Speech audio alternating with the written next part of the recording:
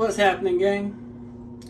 I recently got a couple of gifts sent to me to try out from some guys on Instagram. This is the Naniwa Green Brick of Joy. It's an old school stone. When I started sharpening, this was a very, very popular stone on the few videos that you could find on YouTube. I've seen it used as a splash and go, as well as being soaked. I'm going to give this a run tonight. I'm going to use it as splash and go just because that's what I've seen it done before, and I want to check it out and test it that way. At some point I will soak it and try it as well to see which way I like it better. John Barber sent this to me. He's on Instagram. I'll have a link down in the description. I also was sent a couple of double-sided strops. That stain you see there is caused by myself. They didn't arrive this way. But I was sent a couple of double-sided strops to try out. These came from Jessie Hout, I believe is how you pronounce his last name. Down in the description, his Instagram account, if you guys care to check him out. I appreciate these guys sending them on to me. You know, I didn't ask for them, they just offered, which is freaking awesome. This community is really, really generous. I'm going to sharpen a Protech Strider collaboration. I've got a microscopic shot of the edge where it is currently, and after each stone, we're going to take another shot.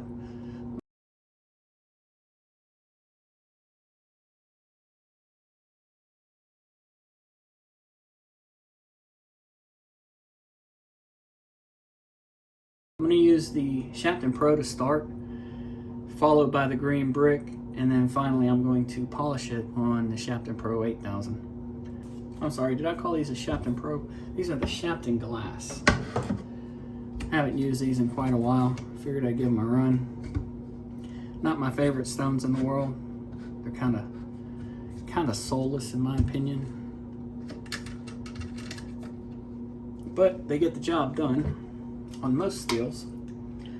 I have found them difficult to use with high carbide stuff, although other people disagree with that assessment. It's just my own experience. This particular Protech is in 154 cm, so there should be no problems. I'm just going to go ahead and get started. I'm going to keep the same sharpening angle that was there from the maker and manufacturer.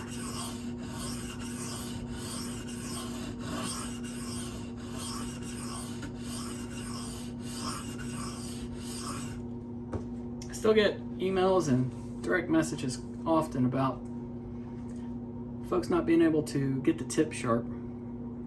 I've gone over this before, but the knife, most knives have a profile with an upsweep like this.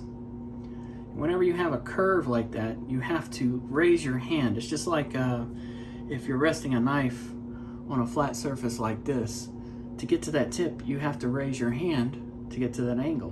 Well, the same is true if it's, no matter what angle you have it at, the same is true. The amount you have to lift though varies, obviously with each knife and how deep the curve is. I found when I sharpen, as long as I hold the angle right, the knife tends to follow its own curve. All I have to do is just slowly raise my hand and it will follow its own curve. When I get to the tip, I keep my finger on it like this so I can feel the pad of my finger riding the stone. When I feel that, I know I'm sharpening that very tip because my finger pad is riding the stone. That's how I usually sharpen my tips. Same is true for the heel. Sometimes the heel also requires a little special attention. Instead of lifting my handle up, I'll angle it downwards. That way I'm hitting this back portion of the edge. You can create a U pattern where you start low like this and sweep into the edge. That will ensure you get the knife from heel to tip. I do this kind of automatically, and obviously this is really dramatic, just trying to show you how it's done. But I've just gotten so accustomed to it. I do that U shape in just about all my sharpenings. That's how I get the heel and the tip sharp.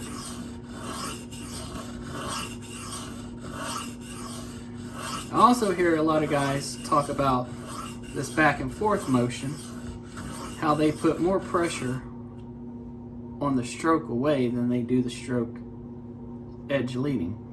I tend to put the same amount of pressure on both strokes, but when I'm really bearing down on a stone, trying to remove a lot of steel, I do find I add more pressure on the edge leading stroke than I do the push away stroke, the edge trailing stroke. So take that for what it is. Expand upon it, try it yourself, use it if you can. Just another little tip I'm trying to throw out there for you guys. Alright, I'm going to shut up and get this going. I got quite a few deep scratches from factory I need to get out. And that tip and angle is a little off.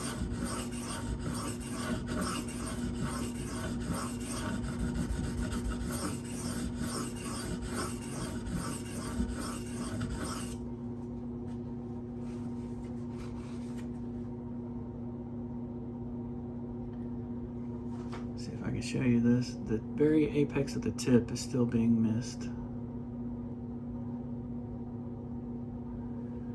If I can get the light to shine on it properly.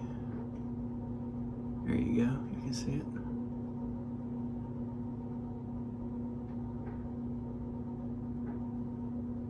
So still missing that tip. Looks like I've apexed everywhere else though.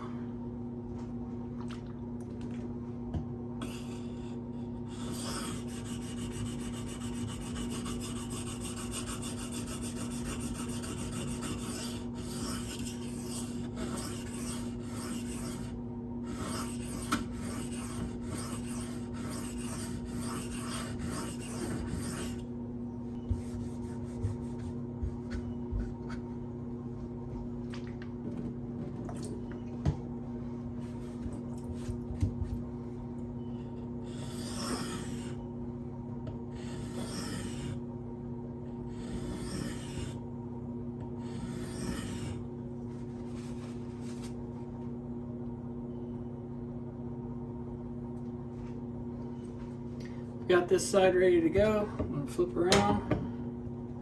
Same thing to the other side.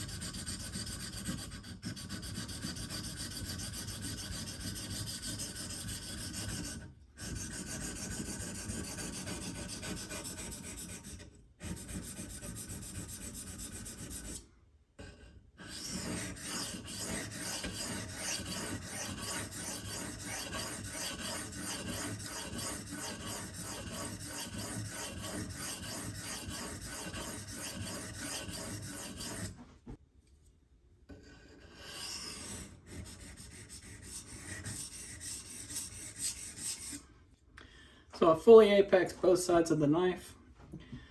What I'm going to do now is just some edge leading strokes, alternating side to side, just to try to minimize and possibly cut off some of that burr. I'm not looking to completely remove it. I could spend quite a bit of time on this stone and eliminate it completely, then move on to the next stone. But since I still got more abrasion to go through, I'm not concerned with getting rid of the whole thing just yet. Once I get to my finer grits, that's when I'll really start to focus on getting as much of it removed as I can on the stones. Anything left over will be stropped off. Usually when I get to the strop though, anything that's left over is just micro. It's so small that I can't feel anything on the edge.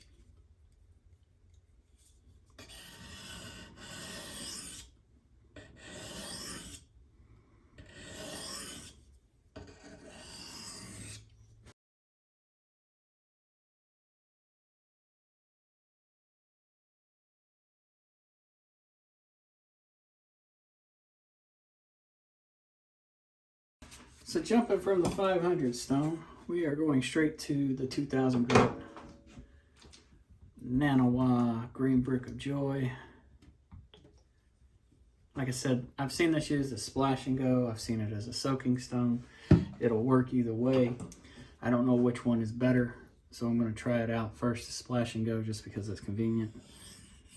I do know this stone is supposed to be fairly soft and it loads up really quickly. It's rated at 2000 grit. Everybody says it polishes more like a 4000 grit. It does have the capabilities to remove scratches from pretty coarse stones. And as it loads up, that will help the stone itself develop more polishing capabilities. So if you want to keep more of a 2000 grit finish as you're using the stone, try to get rid of that swarf and load up. If you want a higher polish, obviously you'll leave it as is and just continue to sharpen. The stone is easily gouged.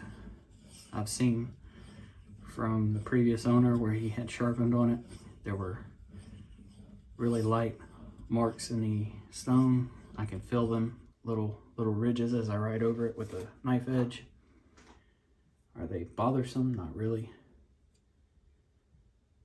And I'm getting a pretty decent polish.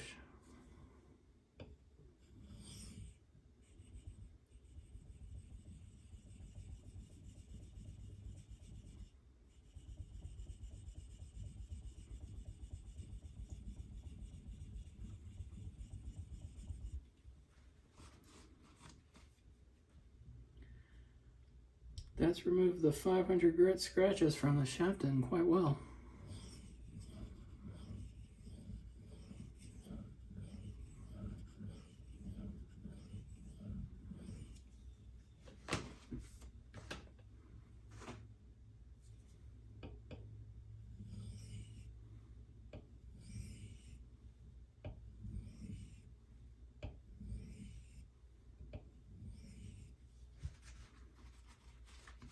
Feedback is decent. It's not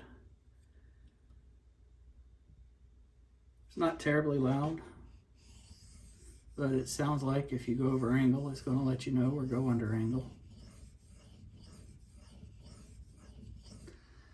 Let me switch sides since this stone is softer. Trying to keep the wear a little even.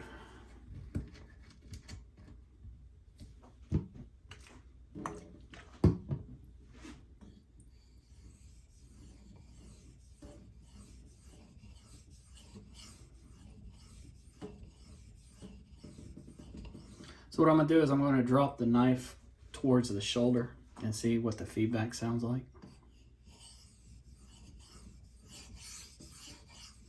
So yeah, it's got a lot of feedback, which is good. Exactly what you want for a stone. Feedback is your number one indicator to let you know if you're where you need to be.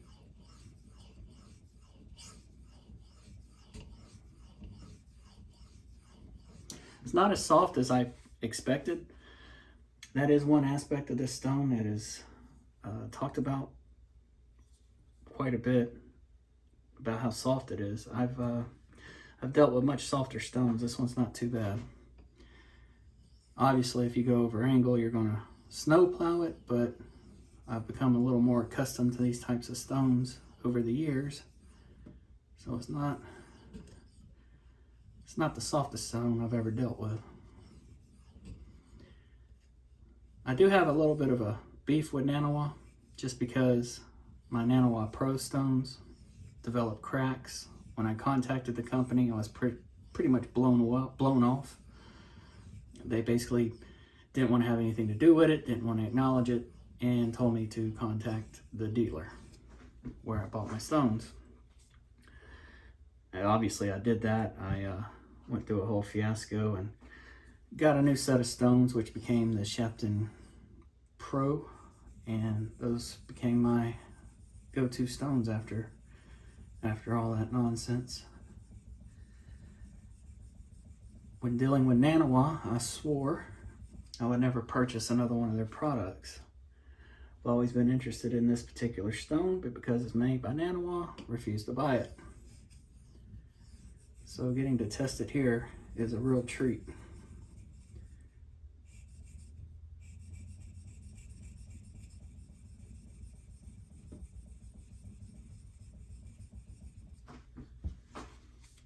I can say that if I ever wear out my 400 grit Naniwa Pro, that is one stone I will probably repurchase. The 400 grit Naniwa Pro is just too damn good. One of the best lower grit stones that you can possibly get. Cuts super fast and leaves a really nice finish.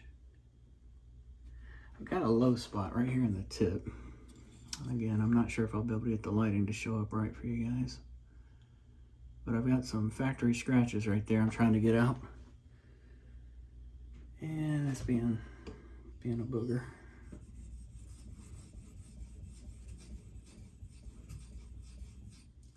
I did just plow onto the stone a little bit. Right there.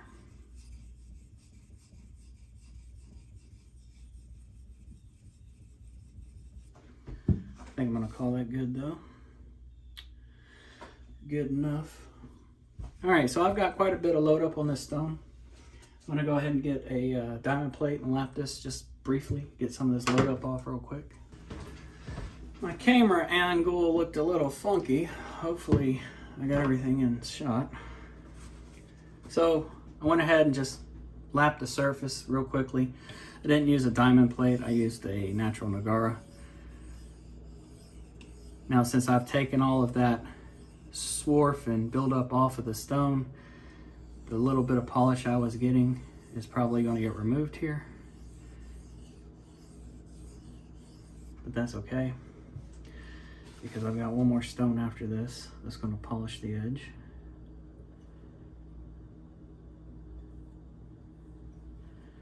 I'm going to do just a few alternating passes again. I don't feel any burr, but if anything is remaining, hopefully this will, again, minimize it or cut it off.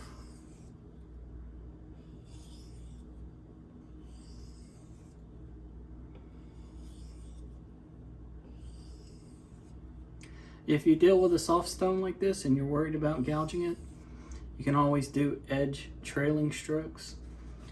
Then you don't have to worry about digging into the stone and damaging it. Like I said, I've dealt with much softer stones. This one's not as bad as I predicted. So I'm not worried too much about gouging into it.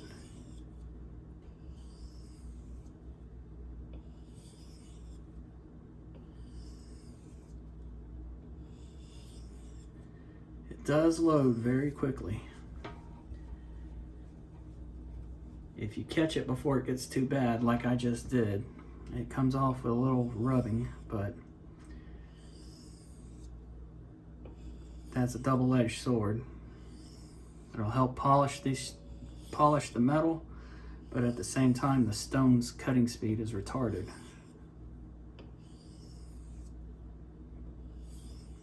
So if you're not finished refining your edge and it gets all that load up, you're either going to have to lap it or you're going to spend a little bit more time on it.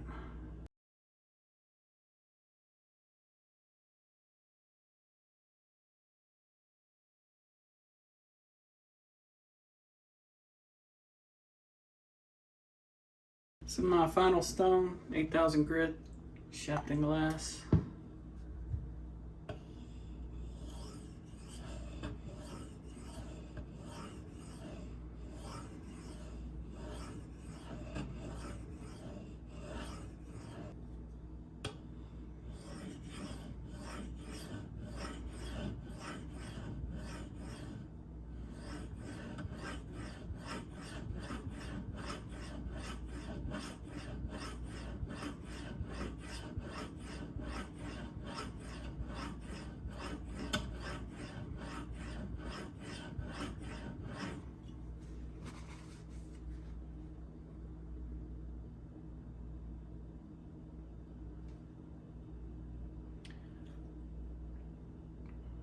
There's an increase in polish on the 8K, but that 4K polish, or I'm sorry, that 2K polish from the green brick is pretty damn close.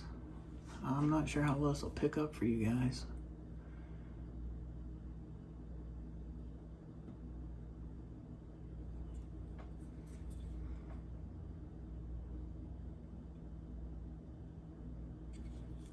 This is the 8K side. It is a little brighter.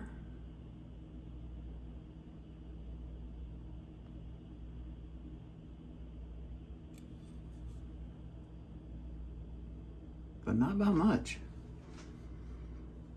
That's very impressive. For a 2K stone, it can remove the scratches of a pretty coarse grit and polish almost as well as an 8K Shapton Glass. I should have used a 4K.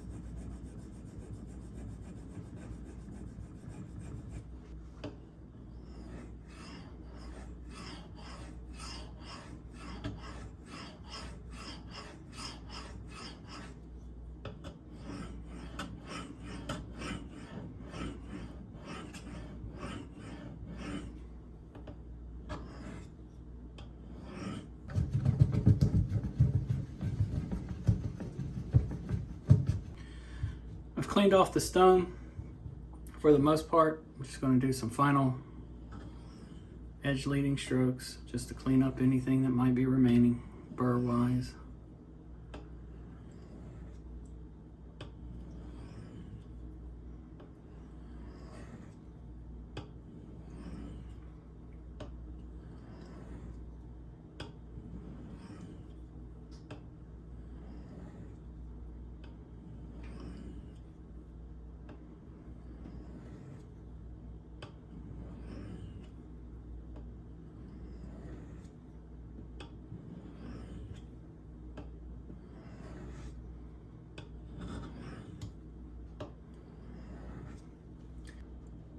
Now that I've got it finished up, I can definitely see the difference in the polish from the 4K versus the 8K. The 8K most definitely gives you a brighter polish, but that 2K, I keep calling it a 4K, that 2K Naniwa green brick does a fabulous job polishing.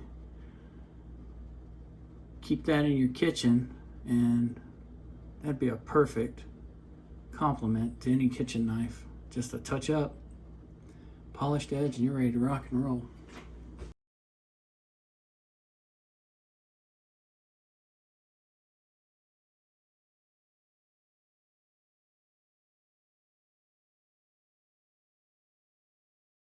So I'll be stropping on my leather strop from Jessie. I have white compound on here. Just going to do my normal 10 or so passes.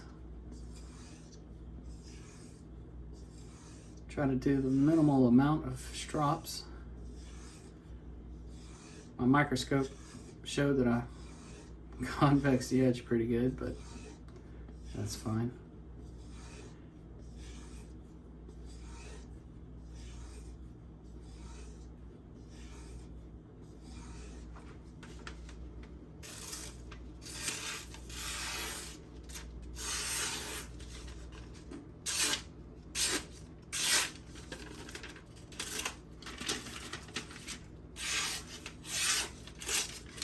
This Protech is pretty thick behind the edge.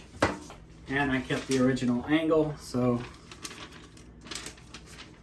if I thinned it out, I could make it appear sharper or lay the edge back a little more. Regardless, that's not bad. That's pretty sharp. But because it is so thick behind the edge and the angle is where it is, it's not cutting super well.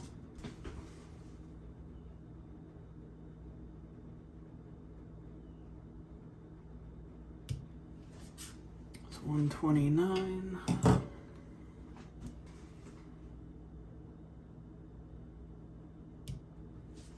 114.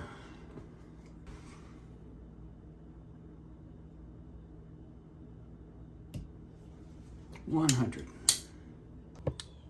The average came out to 114. That's not too bad. Not as good as I would like, but as I said, this knife is pretty thick behind the edge. And the angle is a little obtuse. I'll put it on the angle measurement and put it down in the description if you're curious where it's actually set.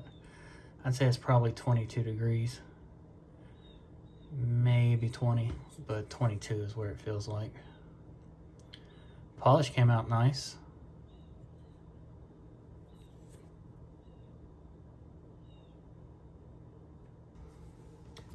So what are my thoughts on the green brick of joy? Well,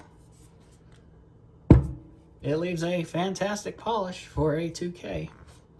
Obviously that's been stated 1,000 times in other videos.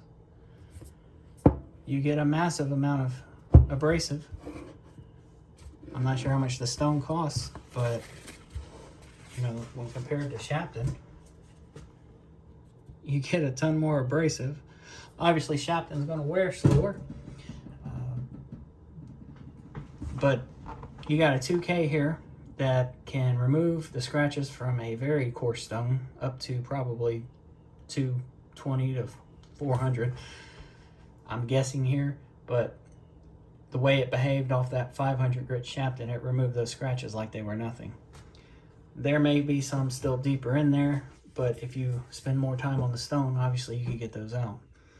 The polish it leaves is just phenomenal. I can't express that enough. That alone makes the stone praisable in my opinion. For 2K to polish like it does, it's pretty sweet. It is on the softer side. Not the softest stone I've ever used, but that is something to keep in mind. If you do not like soft stones, this may not be up your alley. I'm kind of on the fence about where I stand with the softness. It's just at that point, you know, it's at that cusp where it may be too soft, but I can work around it. If I didn't have my issues with cracking from my Naniwa Pro, you would see me jumping up and down over this guy. Given what I experienced through that company, I like the stone, but I'll never purchase one because of the way I was treated. I tend to vote with my wallet when it comes to situations like that. Greg Medford will never see a penny from me, and neither will Naniwa. Take that for what you will. The stone itself, though, if you got one, congratulations, it's fantastic. You're ahead of the game. I'm pretty far behind on this one. If you're looking to get a polishing stone, this is a really nice place to start right here. I would recommend it. Alrighty guys, that's it for this one. I'm gonna try this stone out on a few more knives. I'm gonna try soaking it. So if you're interested, just keep your eye on my channel. I'll have a few more videos up hopefully before I send this back. If you have any questions or comments, as always, leave them down below. I appreciate you watching. Y'all have a good one.